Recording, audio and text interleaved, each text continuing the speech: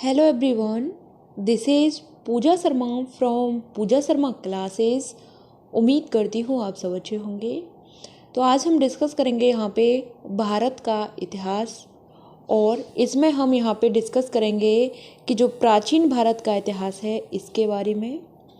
प्राचीन भारत का इतिहास डिस्कस करेंगे और इसमें हम पढ़ने वाले हैं पाषाण काल को। प्राचीन भारत के इतिहास में हम पाषाण काल को पढ़ेंगे, समझते हैं किस तरीके के आपके पाषाण काल से क्वेश्चंस बनते हैं। तो यह जो आपका इतिहास है, प्राचीन इतिहास है, तो यहाँ से आपके क्वेश्चंस हर एक एग्ज़ाम में बनते हैं, चाहे आपका यूपी टेट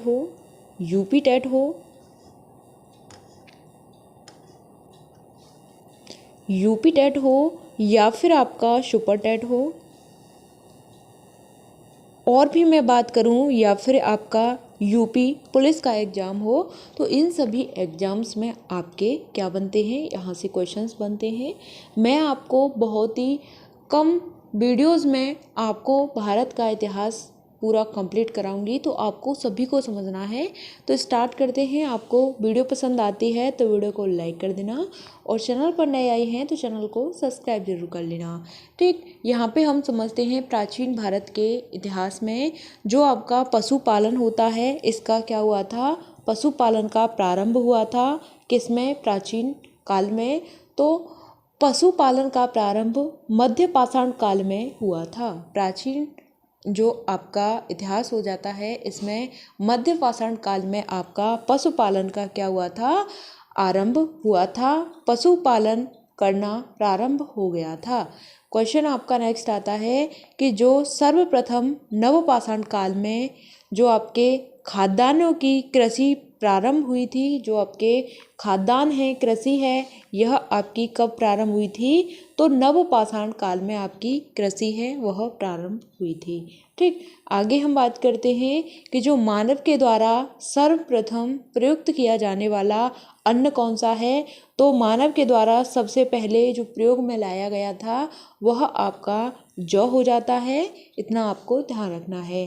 ठीक, आगे हम बात करते हैं कि भारत में मानव का सर्वप्रथम साक्ष्य कौन सा है और कहाँ पर मिलता है। तो यह आपका कहाँ पे मिलता है, नर्मदा घाटी पर मिलता है। नर्मदा घाटी पर आपका साक्ष्य मिलता है, और नर्मदा घाटी है कहाँ पर, तो यह आपकी मध्य प्रदेश में हो जाती है। भारत में मानव का सर्वप्रथम साक्ष्य कहाँ पे मिलता है, नर्मदा घाटी पर मिलता है, और नर्मदा घाटी कहाँ पर है, आपकी मध्य प्रदेश में हो जाती है। यहाँ तक बात क्लियर। चलिए आगे बात करते हैं मेहरगढ़ की। तो मेहरगढ़ से प्राचीनतम स्थायी जीवन के प्रमाण प्राप्त हुए थे। ठीक, किसके प्रमाण प्राप्त हुए थे, मेहरगढ़ से, तो स्थायी जीवन के प्रमाण प्राप्त हुए थे। आगे हम बात करते हैं भारतीय उपमहाद्वीप में कृषि के प्राचीनतम साक्ष्य कहाँ से प्राप्त हुए थे। तो यह आपके लहुरा देव से प्राप्त हुए थे। ठीक, कहाँ से प्राप्त हुए थे, उपमहाद्वीप में कृषि के प्राचीनतम साक्ष्य लहुरा देव प्राप्त से हुए थे। आगे बात करते हैं कि गर्त आवास के साक्ष्य कहाँ से प्राप्त होते हैं।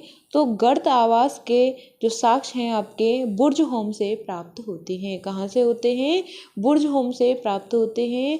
आगे हम बात करते हैं किसकी, भीमबेटका गुफा की, जो कि आपकी कहाँ पर है, यह आपकी एमपी में है, मध्य प्रदेश में है। और शैल चित्रों के लिए क्या है, यह प्रसिद्ध है, फेमस है। ठीक, शैल चित्रों के लिए आपकी कौन सी गुफा प्रसिद्ध है, तो यह आपकी भीमबेटका हो जाती है।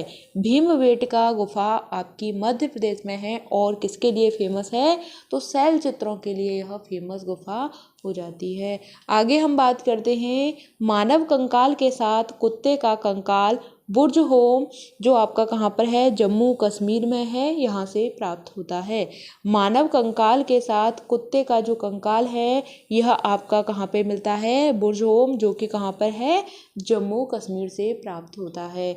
आगे हम बात करते हैं इंदिरा गांधी की।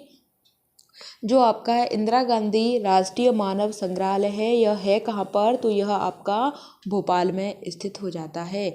इंदिरा गांधी राष्ट्रीय मानव संग्रहालय भोपाल में स्थित हो जाता है, इतना आपको ध्यान रखना है। आगे हम बात करते हैं यहाँ पे सिंधु सभ्यता के बारे में। तो हमने यहाँ पे इन क्वेश्चंस को पढ़ा था, वह क्वेश्चन आपके पाषाण काल से बनने वाले क्वेश्चंस थे। नेक्स्ट वीडियो में हम यहाँ पे सिंधु सभ्यता को कंप्लीट करेंगे। तो आपको अच्छे से समझना है, सिंधु सभ्यता से आपके बहुत सारे क्वेश्चंस बनते हैं, चाहे आपका यहाँ पे यूपी टेट हो, चाहे आपका सुपर टेट हो, यूपी टेट हो, सुपर टेट हो, या फिर आपका यहाँ पे यूपी पुलिस का एग्ज़ाम हो, यानी कि आपकी कोई भी कंपटीशन की परीक्षा हो, हर एक परीक्षा में आपका क्वेश्चंस बनता है प्राचीन भारत से। तो यहाँ पे हम कल की नेक्स्ट वीडियो में सिंधु सभ्यता को समझेंगे। इससे पहले की वीडियो में हमने यहाँ पे समझा है पाषाण काल को। ठीक, मिलते हैं फिर आपको आगे की नेक्स्ट वीडियो में। तब तक के लिए थैंक्स फॉर वॉचिंग। जय हिंद, वंदे मातरम।